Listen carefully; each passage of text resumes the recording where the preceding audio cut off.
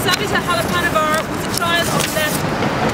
She was in India with her family, not knowing that in 16 years, a distance ahead, which must have seemed inconceivable then, her life would bring her to Ireland, to the city of Galway, where she would set about making her life with her husband, Praveen.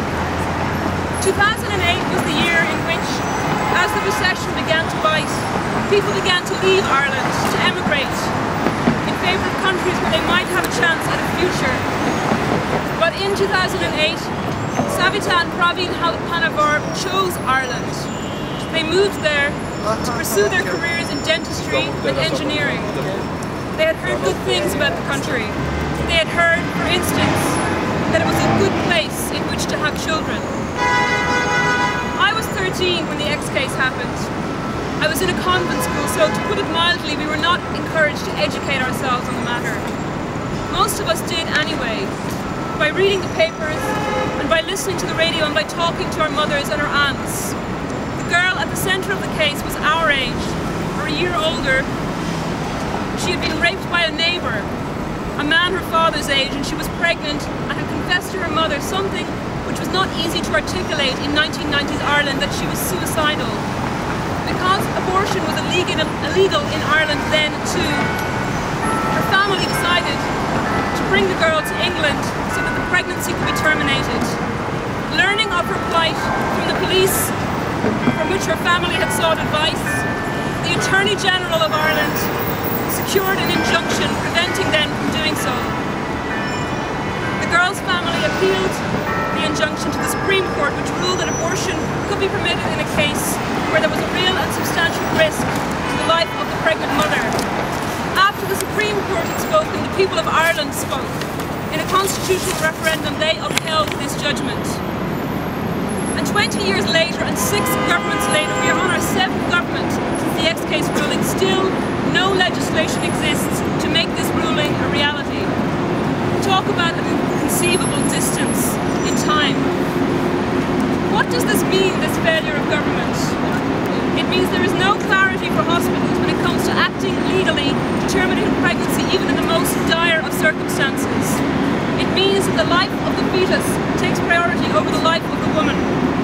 It means that the lives and the health of pregnant women, all pregnant women, are at grave risk in Ireland.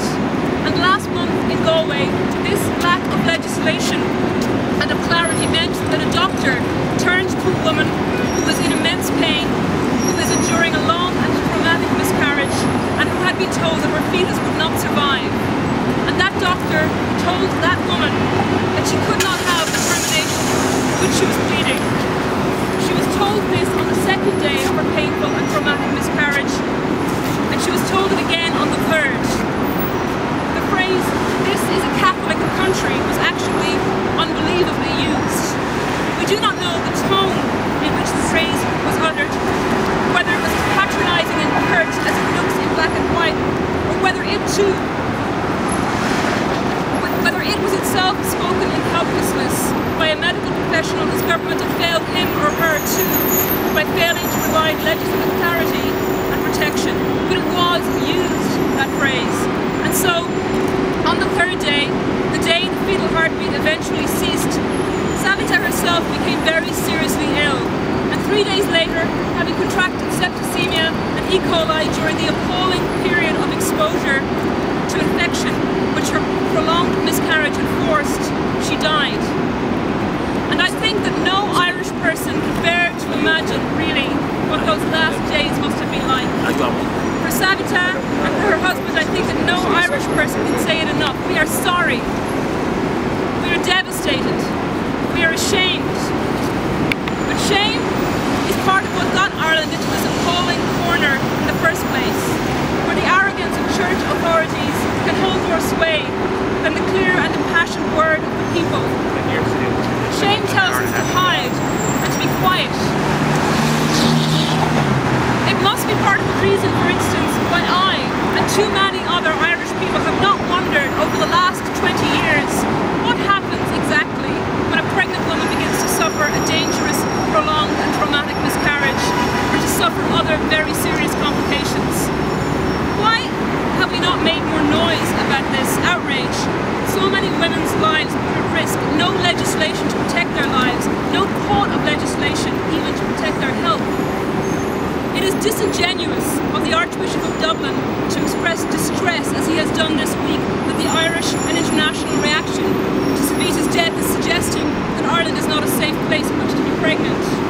It is disingenuous of him to point to maternal mortality statistics, not only because safety relative to other countries is not the same as safe as it can possibly be, but because, as the Archbishop must know, such statistics say nothing about the suffering of women who may not actually die, but who are at risk of death and who suffer terribly and needlessly when terminations could shorten their ordeals, and who suffer long-term complications. They are also the women whom this government have failed, and given that we are talking about a period of 20 years, their number almost does not bear thinking about. Except it does. No more grey areas. No more reading between the lines. No more I won't tell if you won't when it comes to critical decision making and intervention. No more fudging and semantic shuffling around the issue of termination for women whose lives and whose health hang in the balance while doctors are forced to fret over legality. We are not going to be quiet anymore. We're telling our government very clearly, legislate. Legislate as a matter of urgency. Women's lives must be protected. That is why we are here tonight, to add our voices to this call, to show solidarity with the thousands, with the tens and tens of thousands who have marched in Irish cities to make this demand. An estimated 20,000 of them marched in Dublin on Saturday. You may have seen the photographs. They were mothers, daughters, granddaughters, sisters.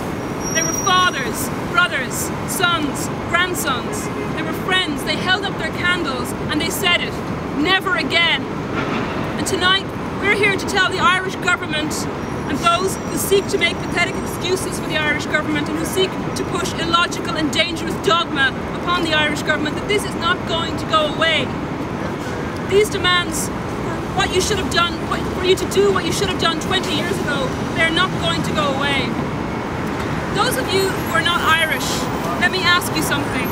And I ask you this with a heavy heart, because I do love my country, and I would love you to go there and to love it too. I ask you to revise the positive impressions you may have had of the country up to now, or rather park them. Put those impressions aside for now, because this overpowers everything. This changes everything. Until this government does what the people are calling upon it to do, I cannot in good conscience ask you to think well of my country, or to travel there. I can point towards the 20,000 marchers in Dublin certainly, and I can tell you how proud they make me with their gathering, the only kind of gathering worth our while until this changes. But nothing seems to worry this government more than its image on an international scale, and so international solidarity and international support for these calls for action are vital. One day before this news story broke in the Irish and international media, which was 2 weeks after Savita's death, Ireland was elected to a seat on the UN Human Rights Council. In its statement 2 days later, the Human Rights Watch reminded the Irish government that to win a seat at the Human Rights Council, it committed itself fully to promoting human rights at home. This is what the Irish government should worry about, first and foremost. This is human life. Too many women have suffered. Too many years of appalling failure and hypocrisy have already been allowed to pass. No more. We are saying to the government today, we will not wait another 20 years. We will not wait another year. Campaigners in Ireland have called this Savita's law, and tonight we join with the demand that the Irish government address this need to legislate as a matter of the gravest urgency. We are saying to them very clearly, nothing less will do. They must ensure that a tragedy like Savita's never happens again, and they need to legislate now so that suffering like Savita's cannot be allowed to happen unnecessarily in Irish hospitals. And when they do that, then I encourage you to think about Ireland in positive terms again. Thank you. Max McGuinness.